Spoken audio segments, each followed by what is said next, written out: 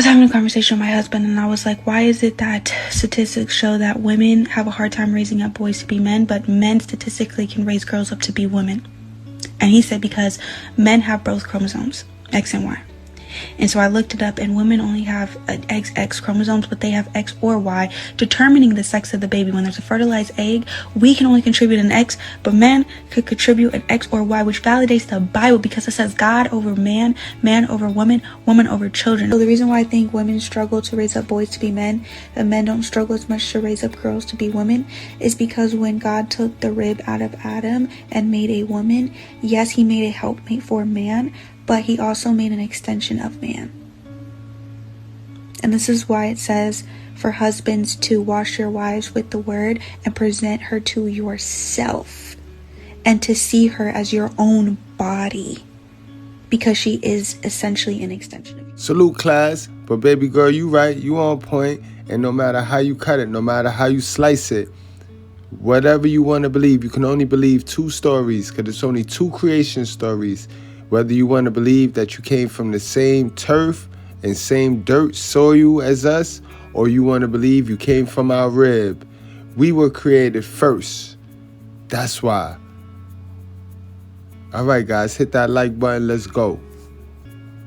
Going very viral, and of course it is the weak black woman that got an issue with what I gotta say. But let me say this: I want to know, what do the black women have to say about a gay couple that is requiring child support from another person when they did not give natural birth to that child? I really want to understand that. I don't understand weak black women coming in my comment section showing me the fact that you are an immature, uneducated, unloving black woman. Everything that is coming out y'all's mouth about men and child support is about financial gain, and it has nothing to do with your children's mental, emotional, or spiritual health. It is about money. Most black women do not like their children. Most black women are very dependent on a man, but they want to claim independent when they're not. They're dependent.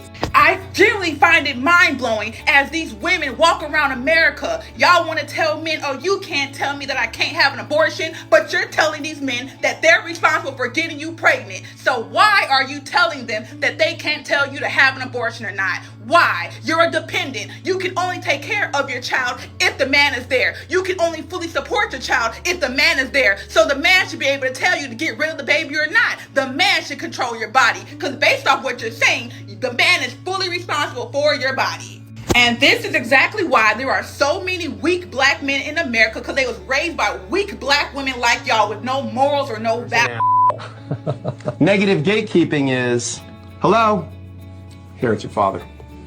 I just said your father's an asshole. I didn't have to say it out loud. And what's great is when the child's attorney or the judge speaks to the kid and says, does mommy ever say anything bad about dad? The kids tell them the truth when they say, no, she didn't say anything about dad. But she said, because here's the difference. What's the difference? Ready? Hey, did you have fun with dad? Oh, that's great. Where'd you guys go? Oh, you went to the park? Oh, that's nice. That's good. It was fun. Oh, good. Did you have dinner? Oh, what did you have? Pizza? Oh, good. I know you like pizza. All right, we'll go upstairs, brush your teeth. I'm so glad you're home. I missed you so much when you were away this weekend. Oh my gosh. Are you okay? Yeah, you okay? Yeah, you had a good time. You were with dad? What you got? You went to the park today? It's so cold today. Oh my gosh, did you have pizza? That's all you had for dinner was pizza? Oh my gosh. Why didn't they give you any vegetables? Well, you know what? It's okay. You know what? I'm going to make your favorite soup. Go head upstairs, and when you come back down, I'm going to make you your favorite soup, and we're going to hang out and we can watch TV together, okay? What did I just do? What did I just do? I just alienated that kid from dad I just said, are you okay? That means dad's dangerous. Why would I not be okay? I was with my dad. Like, this is what the face of alienation is now, is this negative gatekeeping model. It's this very clever, insidious way of like, I could have been helpful, but I've been so much more. Don't nobody know your daughter is 14, 15 years old, man. They don't. Especially when they see them wearing these tight-ass shorts with their ass cheeks hanging out the goddamn shorts. Men see physical, we see it. We don't know she 15, 14, man. Sis, you don't see your daughter out there look like she having an ass-out contest with you? You ain't gonna say nothing? Or you just gonna victimize the people that look at her? Ain't you the one that bought them motherfucking clothes? Huh? Ain't you the one that... Man, check that shit. It's warm as hell, man. You got these little girls walking down the street. I'm riding down the block, seeing all the kids for the prom. Somebody got all the little girls, prom dresses, got their ass and their titties out. That's normal to you? You don't feel weird about that shit? You got grown men riding by, grown men with gray beards, looking at your little 12, 13, 14-year-old daughter. They ain't looking at you, looking at her ass. That don't bother you? Man, you need to get your shit together. And the brother is absolutely A100. Y'all worry and want all this credit for what y'all did right.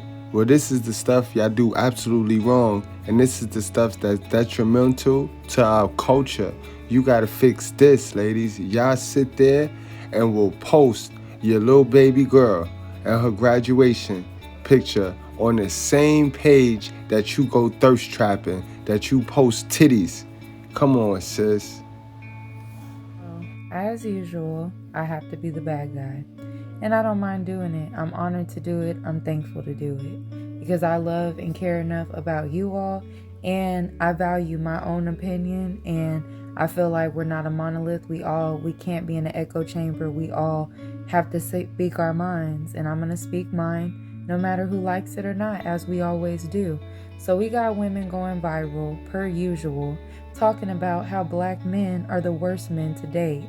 Let me correct you on that. There's no such thing. Black men are far from it. First of all, let's talk about the black men that you date.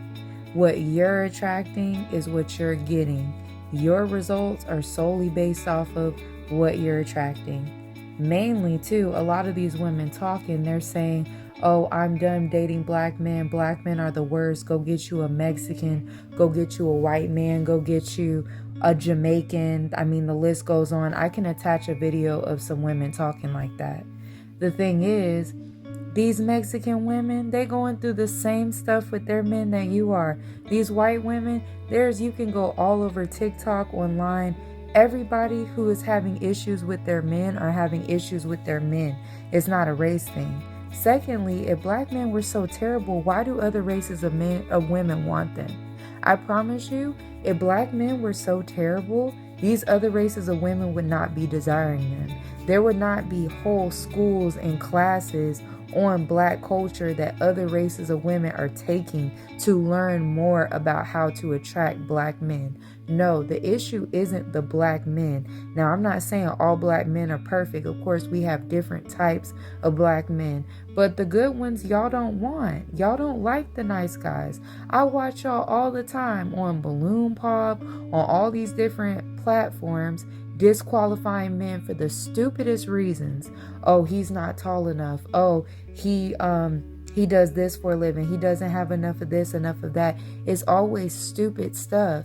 Y'all are the ones with all these stupid, unrealistic expectations that y'all don't even deserve yourselves. A lot of you women, you black women, y'all are just as undesirable. Y'all are so busy getting on these podcasts talking about how nobody wants black men, when in actuality, nobody's telling you this, but nobody really wants black women like that.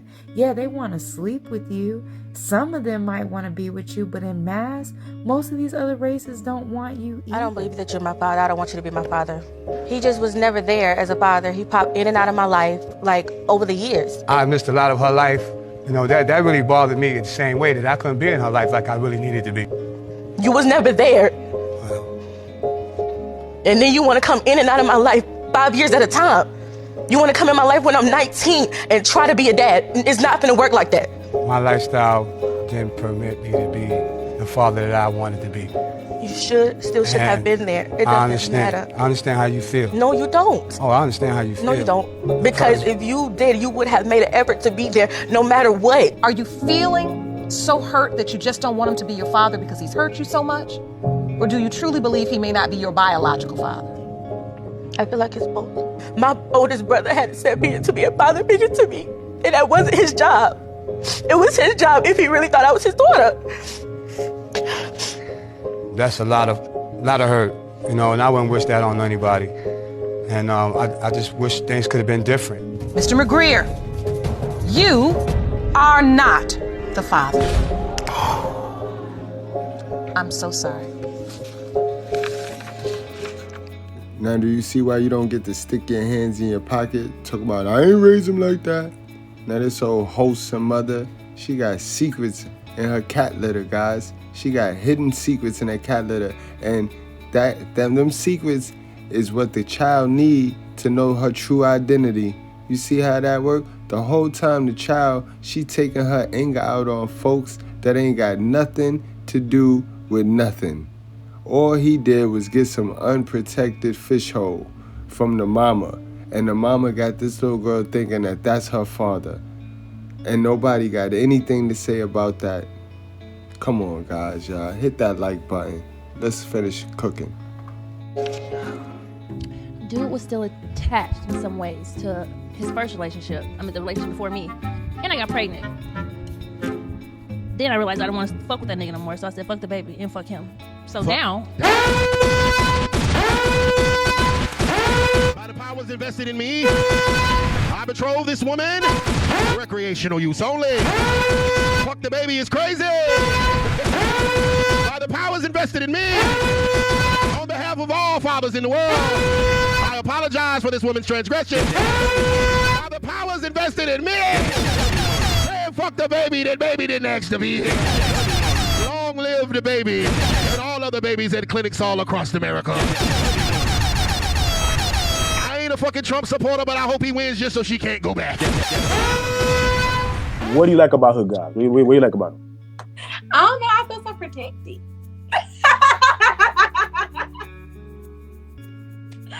I don't know.